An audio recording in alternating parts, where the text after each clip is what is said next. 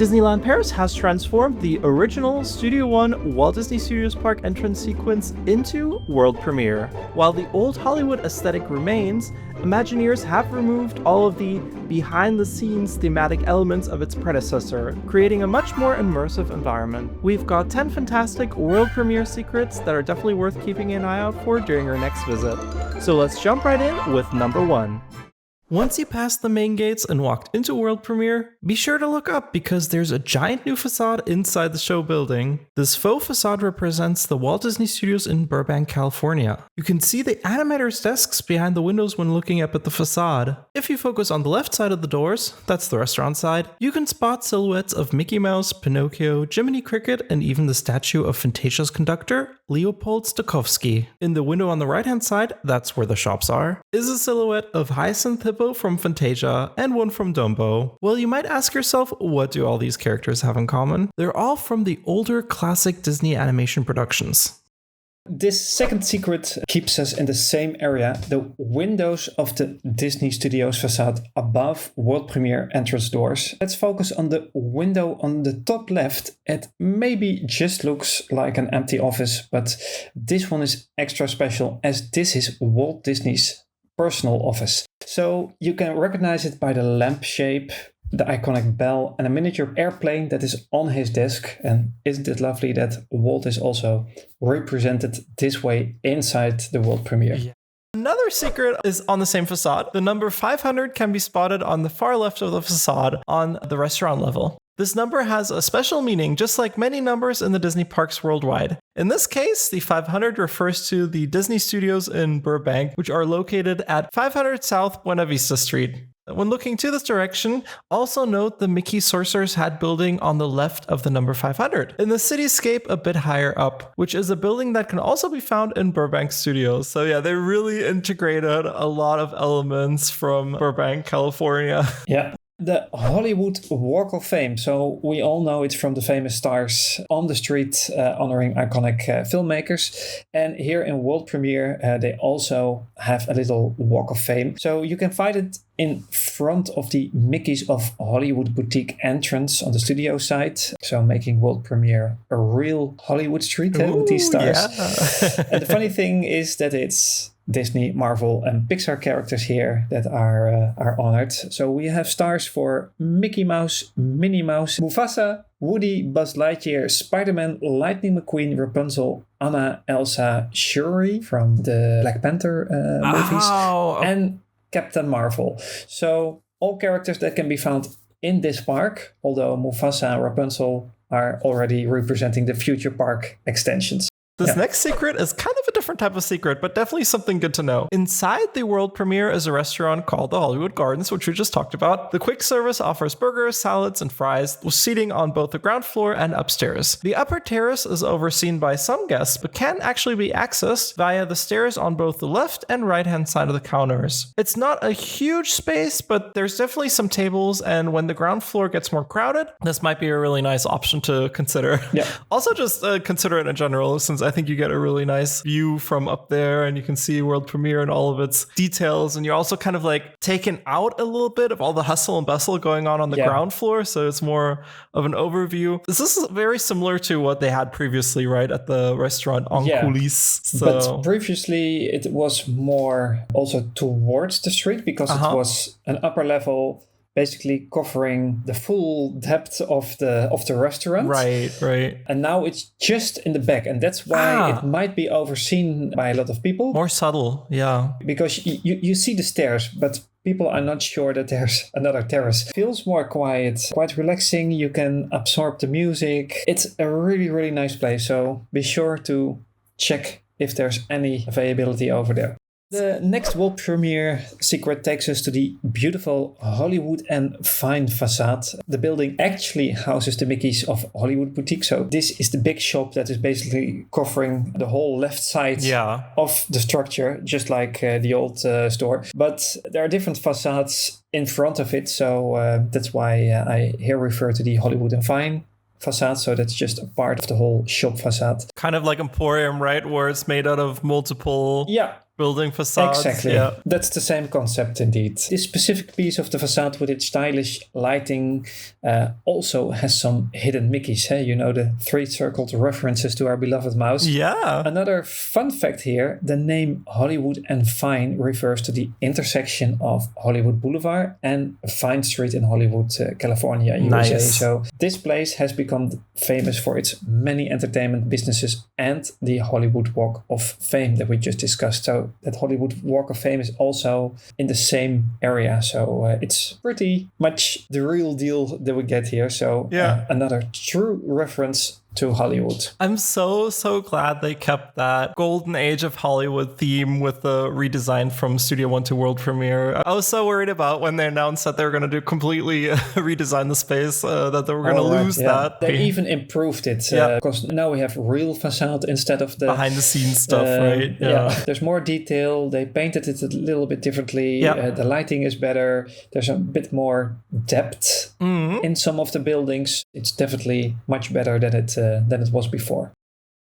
Yeah, so for our next detail, we'll stay over at the Mickey's of Hollywood boutique facade. This time, we'll take a look at the beautiful Hollywood Pictures Museum part with its fantastic lighting. The fun fact here is that Disney once owned a film production studio called Hollywood Pictures. It was founded in 1989 and closed in 2007. The studio is known for blockbusters such as The Sixth Sense, Crimson Tide, The Rock, and Dangerous Minds.